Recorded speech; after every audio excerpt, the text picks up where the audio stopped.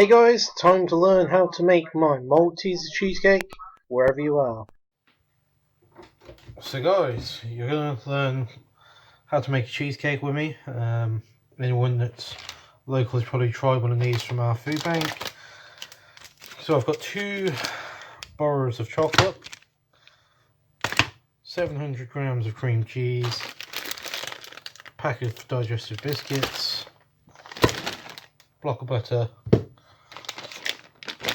and Maltesers. So I've got 2 mixing bowls and access to a sink. So we'll go from there. I'll show you step by step. So I've got a 300 gram bag of biscuits. I'm going to use exactly half of these and put them into one of my mixing bowls. So I just use a potato masher and crush these up.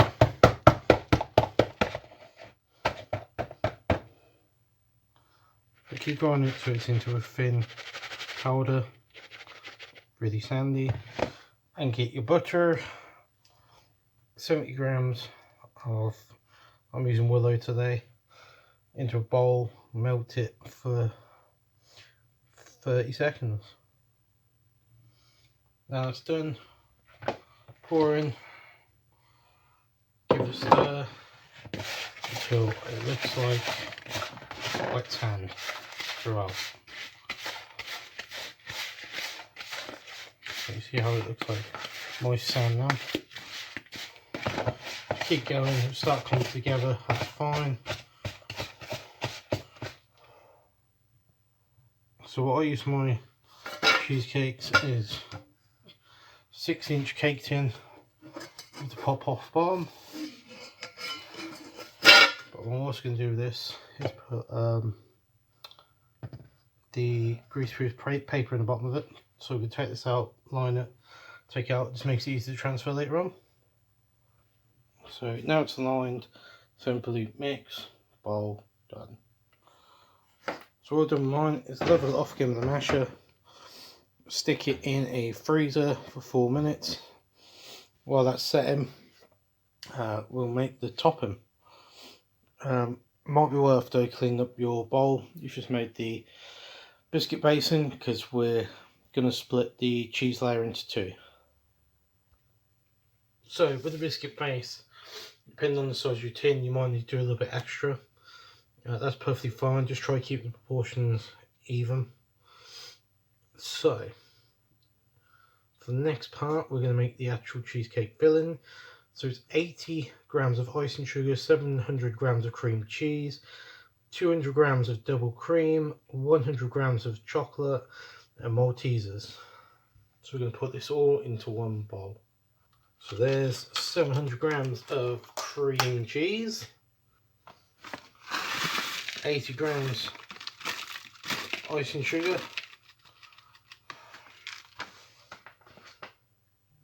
so we need 200 grams of double cream. This actually converts into milliliters, so 200 milliliters. It's an awful, seems like an awful lot, but it's only one of these smaller creams, and you should have a little bit left over as well, which will come into play with later. So just pour that into the mix.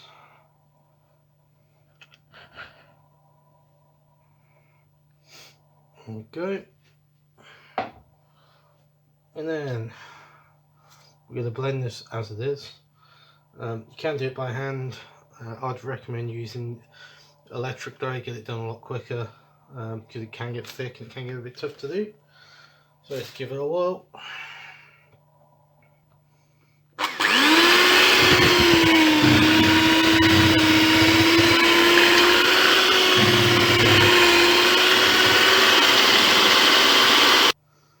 So it should end up nice and thick. Well, at least you can split this in over 2 bowls now. So the mix has been halved. So for now, we'll work on this one. So in this mix, we are going to add 100 grams of our chocolate. So I'm just going to grab about. So luckily for me, I've got exactly 100-gram bar. So we're going to put this into a bowl. It can be microwaved, stick it in there, melt it down, and add it to the mix. So one way for the chocolate, I'm going to take this bowl and I'm going to add some vanilla essence. So the one I'm using is just the regular Morrison's vanilla flavouring. So I'm just going to put a cap full of this in.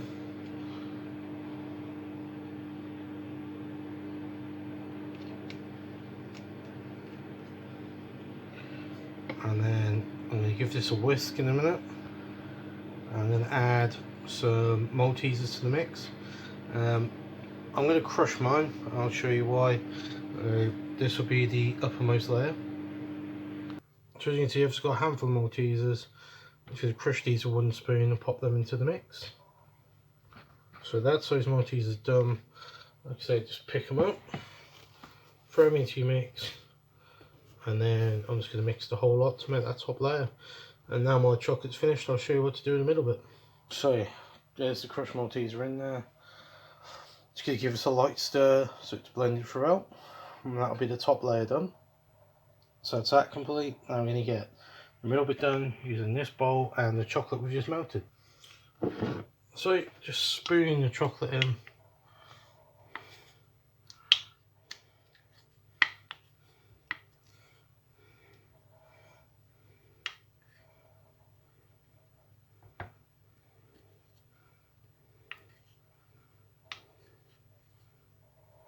So again, that's just 100 grams. Then go another handful of maltesers.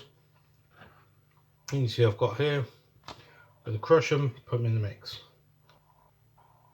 Unlike the vanilla layer though, I'm going to re-blend this and make a better mix.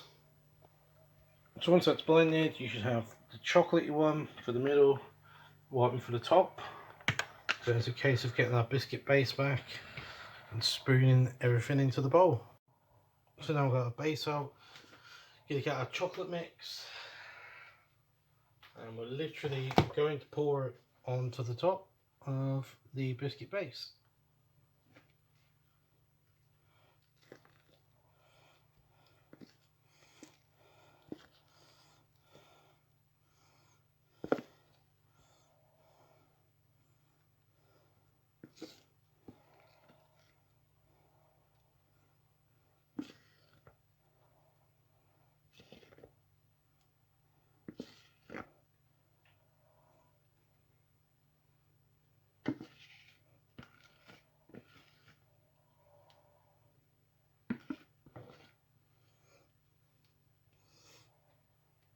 Just like that.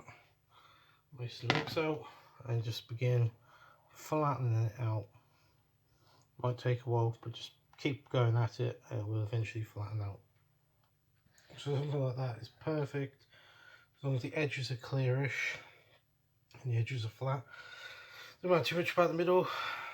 So you've guessed it, next bit is the top layer on. So that's in, do the same thing, keep pushing it down, pushing it into the shape of your tin. Again, takes a while, but I found using one of these plastic and rubber spoons is a lot easier than using the wooden one for this. You can see I'm getting in now. Just a little touch up. There we go. So we're looking very rustic, but very cheesecakey. So I'm going to decorate the top now. So with the cream I had left,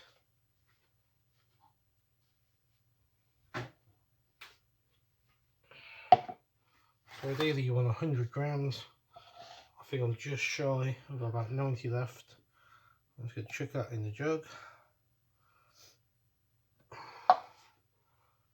And then get my bowl back.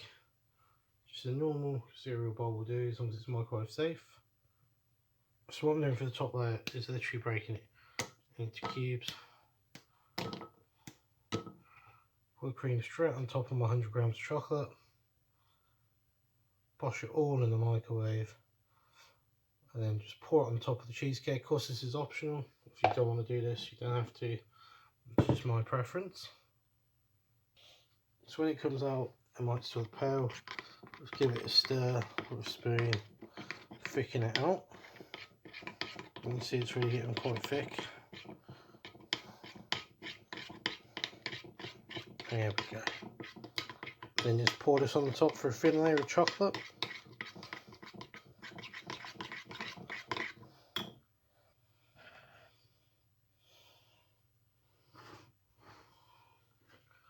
There we go, guys. That's a lovely layer on top of that. It should spread out nice and even. I have to encourage it with the back of the spoon.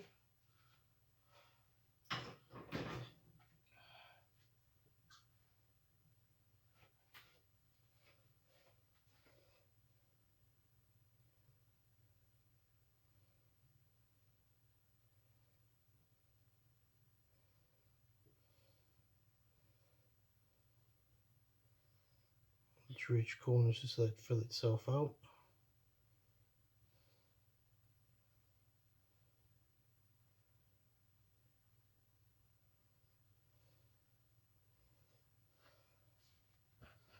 So you can just leave it there, but I'm going to go even further. So with that done, I'm just going to crush Maltesers on the top.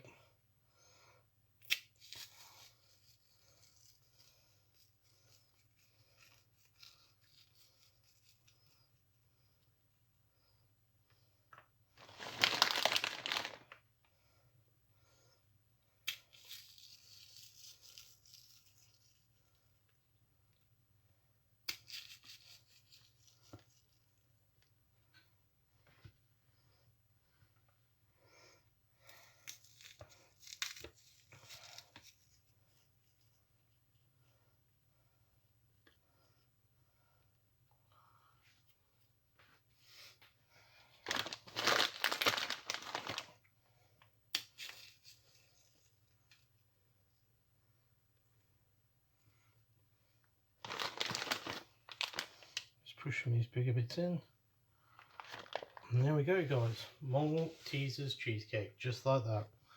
Enjoy. So remember though, 4 hours in the fridge overnight if you can, and pop it out, put on plate to serve. And grease-proof paper should stop it from sticking to the bottom of the pan as well. So have fun making these at home, guys, and we'll see you soon. And that's it, guys. As easy as that. That is how you make Maltesers cheesecake good enough to eat.